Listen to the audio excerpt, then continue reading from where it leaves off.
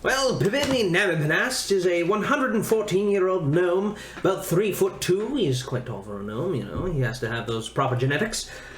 He is a adventuring sort. He has that wizened look, a bit of salt and pepper on his mutton chop style beard. Very well kept, not wild at all. Short and well-trimmed hairstyle, but he's wearing quite worn and weathered adventuring gear, though he has an air of superiority about him. He's wearing sturdy boots and leather breeches, with a belt, shirt, vest, and gloves, all with a wrapped green cloak, and plenty of pockets all over his attire. Lots of baubles dangle from his belt, and he wears a wide-brimmed hat and a nice red scarf. So this relatively short-looking orc is Golagar. Got a deep green skin, especially pointed ears, and only one actual tusk coming out of his mouth. He's bald head, got nice thick chops, dressed in some dirty working attire, likely just finished helping out the local tanner, although he doesn't go many places without his family heirloom of the giant log with a skull on it.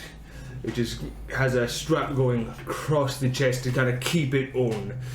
He likes to keep that ornament most times. Rather short for an orc, only 5'10", but he's a very wide fella. Very wide.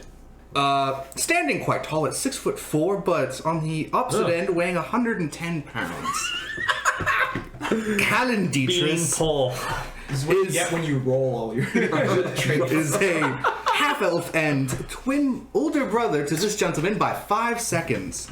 Wearing more standard peasant clothes, but I have aprons over with a couple of tools slinged in there. Not much else of notice, kind of scraggly short hair and a little bit of fuzz on my face. But other than the physical features, not much else stands out.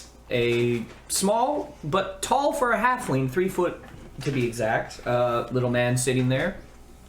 He's wearing traveler's attire, looks brand new but disheveled as hell, as if he's been running through the woods for several hours. His hair is quite unkempt and crazy, but he's very clean shaven. So, doesn't look completely dirty, but, you know, he looks like he's well traveled, even though he isn't. He's got a bit of a look in his eye, like he's curious about everything going on around him, though he still seems to be stepping into his skin, as one would say, trying to learn the world. Figure things out.